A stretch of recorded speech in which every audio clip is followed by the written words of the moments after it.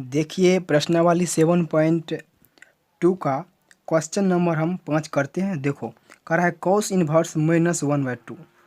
तो इसको शुरू करने से पहले ये जान लो, यदि आपको मिल जाए कभी भी कॉस इनवर्स और माइनस में दिया है एक्स, तो इसका जो मान होता है ये होता है pi minus cos inverse X होता है। और देखो यदि मिल जाए आपको सेक इनवर्स माइनस एक्स, तो इसका जो होता है pi minus sec inverse X होता है। और यदि आपको मिल जाए कभी भी कॉट इनवर्स एक्स, तो इसका जो मान होता है pi minus cot inverse X ये होता है।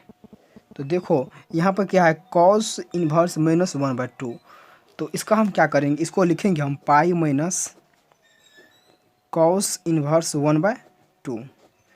तो अब क्या करो, इसको लेट कर लो। देखो हम मान लेते हैं यहाँ पर, माना कॉस इनवर्स 1/2 बराबर थीटा।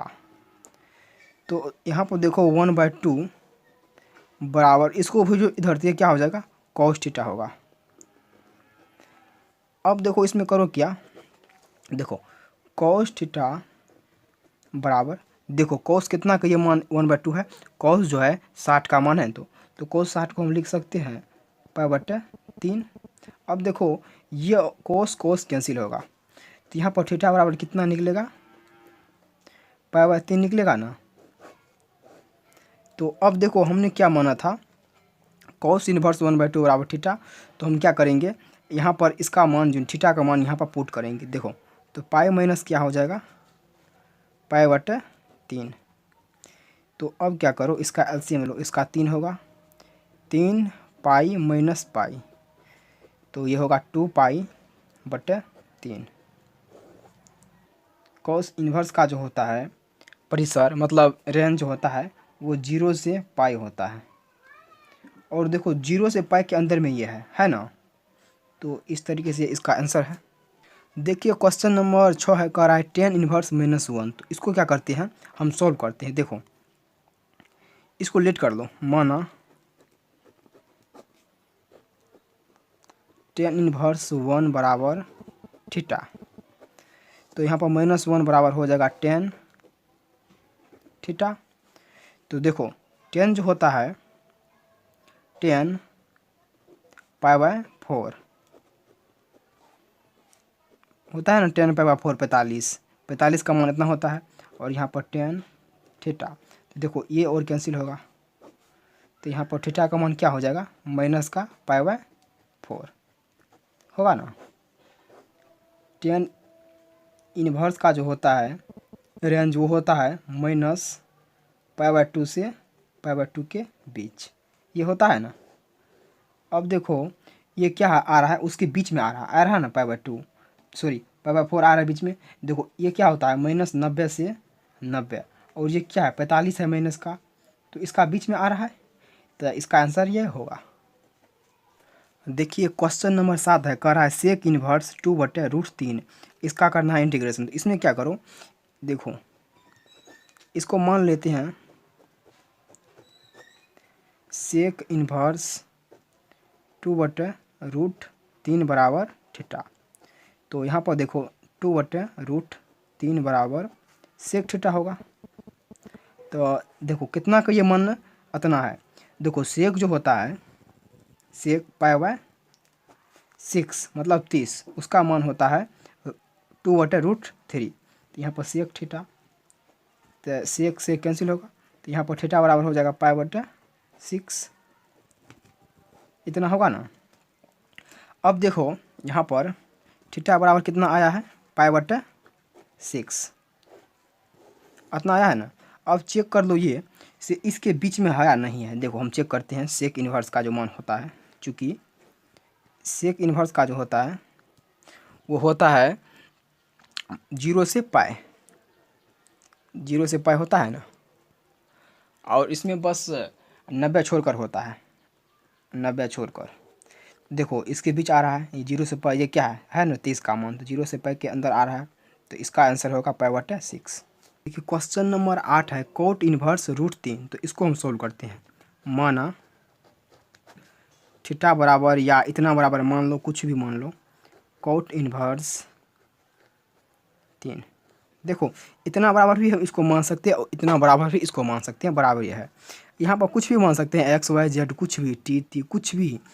देखो इसको भेजो इधर, यह होगा कॉट थीटा और यहाँ बचेगा √3। और देखो कॉट थीटा बराबर, देखो कॉट जो होता है कितना का मान इतना होता है, तो वो होता है 30 का होता है, मतलब पाई/6 होगा, ये कैंसिल होगा, थीटा बराबर पाई/6। अब देखो यहाँ पर कंडीशन ये होता है, देखो यदि कॉट इनवर्स का जो मान है वो होता है 0 से पाई, यदि इसके अंदर आना चाहिए तभी ये पॉसिबल है। तो देखो यहाँ पर आ रहा है, ये क्या है 30 है ना, 30 जो है 0 से 180 के बीच है ना, तो इसका आंसर होगा पाई/6। Cos inverse -1/√2। तो देखो हमने आपको बताया था यदि कॉस इनवर्स -x रहे तो इसको लिख सकते हैं pi minus cos inverse x, बिल्कुल लिख सकते हैं। तो यहाँ पर पाई लिखेंगे और माइनस कॉस इनवर्स 1/√2 और इसको मान लेंगे, माना कॉस इनवर्स इतना बराबर थीटा, तो यहाँ पर होगा 1/√2 बराबर कॉस थीटा।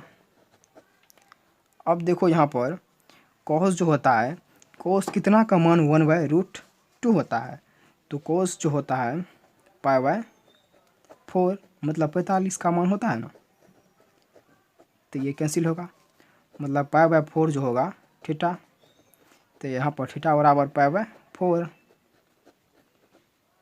अब देखो, अब हम देखो इसको माने थे हम पूरा को थीटा, और थीटा का मान कितना आया है पाई/4, तो यहाँ पर रखेंगे पाई माइनस पाई/4, इसका एलसीएम 4 पाई माइनस पाई, ये होगा 3 पाई/4।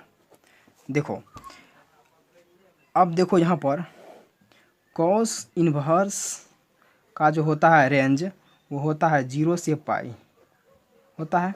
अब इसको हम चेक करते हैं, 3 है गुना पाई का मान होता है 180/4, तो इसको काटो, 45 से कटेगा ना, और 5 तिया 15 और 4 तिया 12, 1 13 आ रहा है, तो मतलब इसके और इसके अंदर है, तो इसका मान जो होगा 3 पाई/4 होगा आंसर। अब देखिए क्वेश्चन 10 है, कह रहा है कोसेक इनवर्स -√2 है, इसका करना है इंटीग्रेशन। तो यहाँ पर देखो मानते हैं, माना थीटा बराबर कोसेक इनवर्स -√2, तो ये इसको भेजो इधर, तो ये होगा कोसेक थीटा बराबर -√2, ये होगा कोसेक थीटा बराबर, देखो कोसेक जो होता है कितना का मान होता है √2, तो ये होता है कोसेक पाई/4 का होता है ना, मतलब 45 का होता है। देखो हम क्या जानते हैं, कोसेक -x, तो इसको हम लिख सकते हैं पहले माइनस, उसके बाद कोसेक x लिख सकते हैं ना, तो यहाँ पर हो जाएगा, देखो